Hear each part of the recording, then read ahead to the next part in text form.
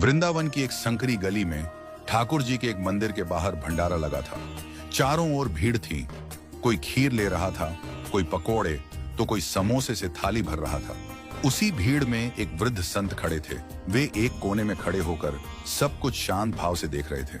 तभी एक युवक जो पहली बार तीर्थ यात्रा पर आया था, उनके पास आया और बोला, बाबा जी, सब तो खा रहे हैं, खीर भी है, पकोड़ा भी, मैं भी ले लूं ना प्रसाद? संत मुस्कुराए, पर उनकी मुस्कान में करुणा थी, चेतावनी भी। उन्होंने कहा, बेटा, प्रसाद कोई खाना भर नहीं है, ये तो भाव का आदान प्रदान है। मंदिर के गर्भगृह से जो भगवान के चरणों में अर्पित हुआ है, वही शुद्ध प्रसाद है, उसे लो श्रद्धा से। पर जो बाहर गलियों में भावनात्मकता और दिखावे में बांटा जा रहा है, वो केवल स्वाद है, पुण्य नहीं। युवक थोड़ा चौंका। तो बाबा, सेवा करना, बांटना, वो तो पुण्य है ना?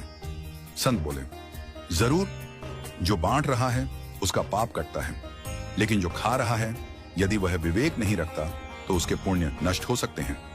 बेटा, अगर तू गृहस्थ है, साधक है, भजन करना चाहता है, तो सावधानी रख। बाहर का हर दिया गया पदार्थ न खा, हर बात का भान रख। बिहारी जी या राधा वल्लभ जी के मंदिर से जो थोड़े से तुलसी या मिश्री मिले, वो सच्चा प्रसाद है। पर ये भर भर के खीर, समोसे, पकोड़े, वो मोह है, और मोह से बुद्धि कुंद होती है। जब बुद्धि कुंद होगी, तब भजन कैसे होगा? युवक अब गंभीर हो गया। उसकी दृष्टि अब केवल स्वाद की ओर नहीं थी।